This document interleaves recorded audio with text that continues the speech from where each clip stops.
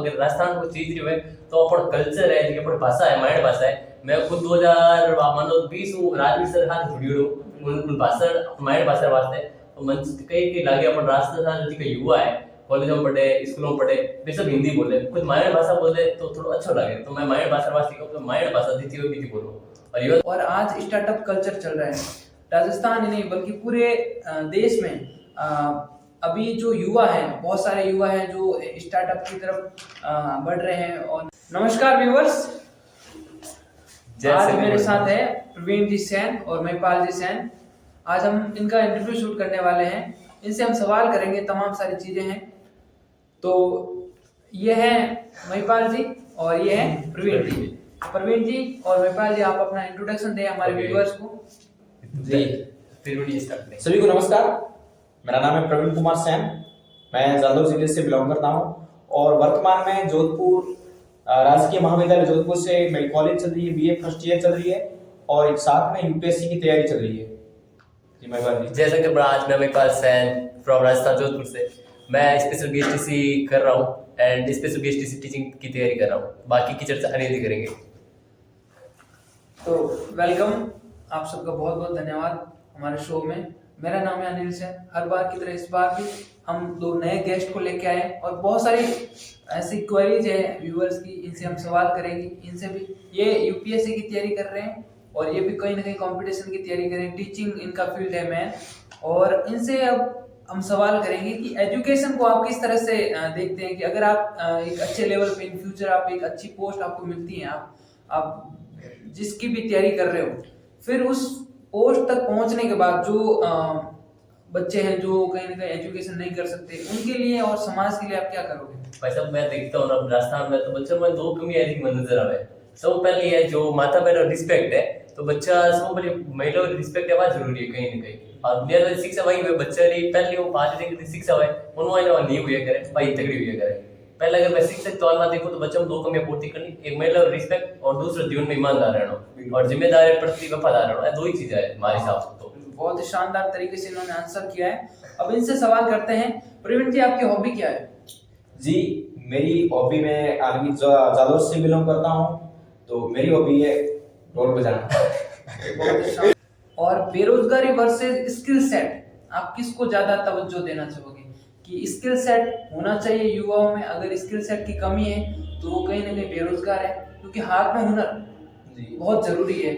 और आप ऐसी कौन सी स्किल्स हैं जो एवरी युवा के पास होनी चाहिए? क्योंकि मैं जब देखता हूँ एक स्टूडेंट्स जब 10-12 साल 15 साल पढ़ाई करने के बाद वो कहीं ना कहीं उनमें बहुत सारी स्किल्स की कमी होती है। सबसे बड़ी स्किल्स कम्युनिकेशन। जब स्टेज पे बोलने की बारी आती है तो वो बोल नहीं पाता है। तो मुझे ऐसा लगता है कि कहीं ना कहीं उसमें कॉन्फिडेंस की कमी है। तो आप एज ए कम्युनिकेशन स्किल्स को किस तरह से आप डिफाइन करोगे? जी इन्होंने पहले बताया अनएम्प्लॉयमेंट। तो अनएम्प्लॉयमेंट किससे, ये दोनों आपस में इंटरलिंक है कि जब कोई व्यक्ति बेरोजगार होगा ना, बेरोजगार के पीछे किसका हाथ होता है? बेरोजगार के पीछे हाथ होता है अपने स्किल का। कि जिस बच्चे के, जिस व्यक्ति के पास अगर कोई स्किल है, जिस व्यक्ति के पास कोई एम्प्लॉयमेंट नहीं है और उसके पास अगर स्किल है तो वो स्किल में कुछ सुधार करके वो एम्प्लॉयमेंट हासिल कर सकता है। और हाल में बच्चों को देख रहे हैं तो बच्चों में क्या समस्या है कि वर्तमान में बेरोजगारी बहुत बढ़ रही है। इसके पीछे ये रहता है कि बच्चे अपने स्किल के ऊपर ध्यान नहीं दे पाते हैं।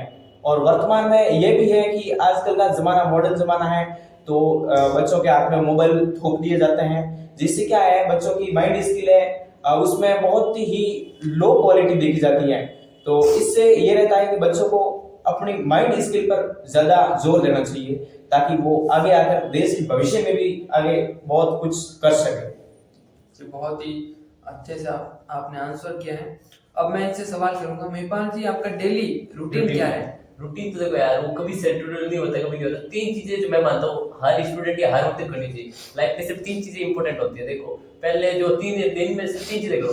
पहली चीज तो आपको विश्वास होना चाहिए मेरे को 3 चीजें करनी है, मतलब करनी है। तो जैसे मैं मेरी 3 चीजें मेरी है वर्कआउट, घूमने जाना या वर्कआउट करना, मेडिटेशन करना, दूसरी स्टडी करना, तीसरा थोड़ा फैमिली के साथ समय बिताना। ये 3 चीजें इंपॉर्टेंट है रूटीन में। बाकी सारी चीजें तो अलग अलग टाइम, अलग अलग समय, अलग अलग स्थान पे हो जाती है चेंज। और पढ़ाई, पढ़ाई में कह रहा हूँ सेकंड अपॉर्चुनिटी पढ़ाई है। मतलब अगर किसी का कोई भी ऐसे बहुत सारे स्टूडेंट्स होते हैं जिसका सिटिंग पावर कम है, वो मतलब 10-15 मिनट ही बैठ पाते हैं एक जगह पे, तो सिटिंग पावर को कैसे बढ़ाएं? सिटिंग पावर का क्या है, उनको परमानेंटली प्रैक्टिस करनी होगी। 15 मिनट बैठ पाता है, जबरदस्ती बैठना पड़ेगा उसको, तो वही है। जहाँ 45 मिनट बैठते हैं वहाँ 50 मिनट बैठने की कोशिश करो, फिर 5 मिनट बाद उठ जाओ, 50 से 1 घंटा करो, ऐसे ही होता है नॉर्मली, टेम्परेरी। और ऐसे काफी सारे ऐसे स्टूडेंट्स हैं जिनका पढ़ाई में मन नहीं लगता, उनको आप क्या कहना चाहोगे? ऐसे पढ़ाई मन तो क्या है, घर की परिस्थितियां होती है, चाहे खुद की स्किल्स होती है, या जो आसपास का वातावरण उसके अनुसार होती है। तो अपन की बात करें तो अपन क्वेश्चन थोड़े पर का है, फैमिली थोड़े पढ़ाई करो, अपन बोलते अपनी मन इच्छा हो करो, अपन तो पढ़ाई कर रहे हैं, वही है। बहुत ही शानदार। और अब थोड़ी बहुत पॉलिटिक्स के ऊपर हम चर्चा करने वाले हैं। जी जी। तो आप राजस्थान को आप किस नजर से देखते हो? ये वीरों की धरती राजस्थान, यहाँ जो राजनीतिक जो मुद्दे हैं, ऐसे जो नए युवा नेता हैं, वो कहीं ना कहीं राजनीति में उनको एंट्री करनी चाहिए। और बहुत सारे ऐसे चेहरे हैं जो अभी नए राजनीति में आए हैं, तो आप एज ए खुद को एक युवा नेता के रूप में देखते हैं? मैं युवा नेता के रूप में नहीं देखता। अगर मेरे को मौका मिले पॉलिटिक्स का, और मैं अगर चाहूँ, अगर राजस्थान को चीज जो है, तो अपन कल्चर है, जो अपन भाषा है, माइंड भाषा है। मैं खुद 2020 राजनीति से हाथ जुड़ी हूँ, उन भाषा माइंड भाषा वास्ते तो मन कई लागे अपन राजस्थान का युवा है, कॉलेज में पढ़े, स्कूलों में पढ़े, वे सब हिंदी बोले, खुद माइंड भाषा बोले तो थोड़ा अच्छा लगे। तो मैं माइंड भाषा वास्ते कहूँ तो माइंड भाषा देती हुई भी बोलूँ। और युवा नेता तौर पर माइंड भाषा होना जरूर अनिवार्य है। पॉलिटिकल में अगर खड़ा हुआ तो माइंड भाषा बहुत देना जरूरी है।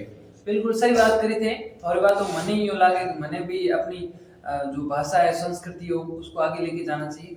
तो अब हम राजस्थानी या फिर अपनी जो भाषा है उसमें बात करेंगे।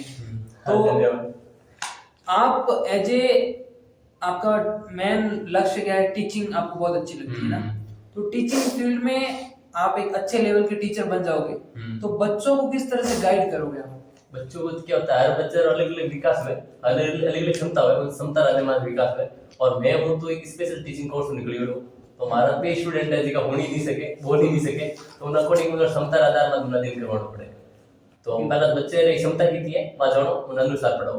अपन कहीं एक माँ बाप करे, माँ बाप बच्चे की स्थिति हम आई क्या, तू फैल मत, तू पढ़ते रहिए, बच्चों को कटे प्रेशर महसूस करे।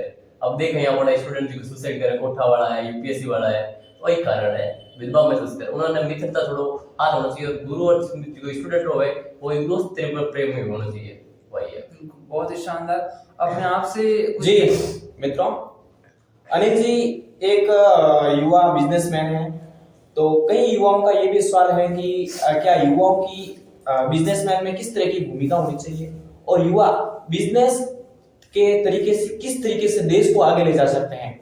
और इस तरीके से हम इनको अनिल जी से कुछ पूछेंगे। अनिल जी, युवा है ज्यादातर, वो हमें बोलते हैं कि हमारी क्या भूमिका हो सकती है देश को बदलने के लिए, इस देश की बेरोजगारी दूर करने के लिए हम किस तरीके से बिजनेस करें और किस तरीके से आगे आकर के इस देश की आर्थिक नीति में योगदान दें।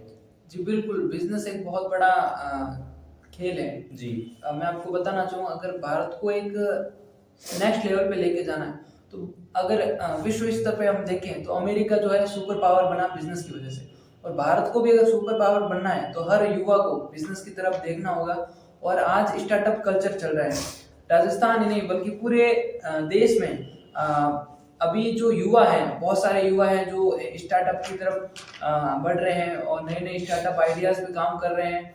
और शार्क टैंक जैसी फंडिंग जो प्लेटफॉर्म है, वहाँ से भी जो स्टार्टअप करने वाले हैं उनको भी काफ़ी सपोर्ट मिल रहा है, और बहुत सारी चीज़ें हैं, अभी सरकार भी सपोर्ट कर रही है।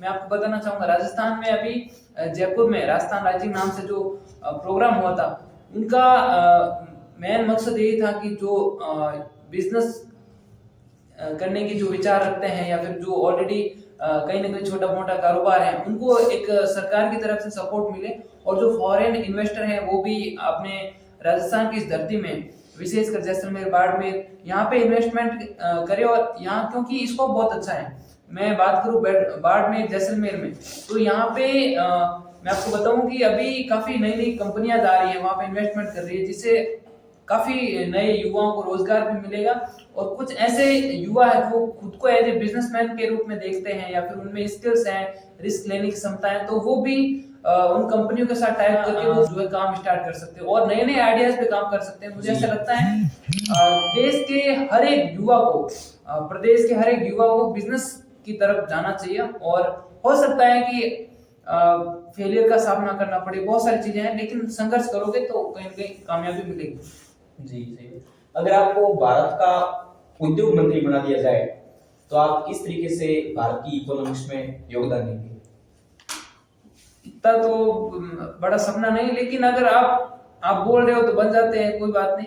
तो मुझे ऐसा लगता है हाँ, तो ऐसा लगता है मुझे कहीं ना कहीं अगर मैं एक अच्छे पद पे हूँ और मुझे ऐसा लगता है कि प्रत्येक जो गांव ढाणी से आने वाला जो बच्चा है वो भी बड़े बड़े सपने देखे, क्योंकि सपने देखने के पैसे नहीं लगते।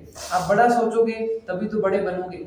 तो शुरुआत जीरो से होती है और एक दिन हीरो वो बनता है। तो कहीं ना कहीं मैं स्कूल टाइम से, जब बच्चा पढ़ाई कर रहा होता है तो 10वीं के बाद से मैं ऐसी उनके सिलेबस में ऐसी बुक्स मैं उनको पढ़ाने की कोशिश करवाऊंगा या फिर सिलेबस में ऐड करवाऊंगा जिसमें जो है लीडरशिप स्किल्स हो और देश की इकोनॉमी, जीडीपी, टैक्सेशन, बहुत सारी चीजें हैं। फाइनेंशियल लेवल पे वो किस तरह से जो है नॉलेज हासिल करे, बहुत सारी चीजें हैं, लीडरशिप, कम्युनिटी और ऐसी जो पूरा सिलेबस है। आज जो एजुकेशन सिस्टम है, मुझे ऐसा लगता है कि वो अगर गवर्नमेंट जॉब लगी तो ठीक, नहीं लगी तो वो इतने अच्छे लेवल पे आगे नहीं पहुंचता है। लेकिन कहीं ना कहीं ऐसा बिजनेस, ऐसा आइडियाज पे वो अगर काम करे तो वो बहुत अच्छा कर सकता है। मैं शुरुआत से उसमें लीडरशिप स्किल्स डेवलप करने की कोशिश करवाऊंगा और नए नए स्किल सेट के ऊपर जो है हम काम करेंगे। जी, इन्होंने बहुत ही अच्छा बताया कि अगर हमें भारत का उद्योग मंत्री बना दिया जाए तो हम बहुत सी ऐसी स्किल्स भारत को प्रदान करेंगे। जी, बहुत बहुत धन्यवाद।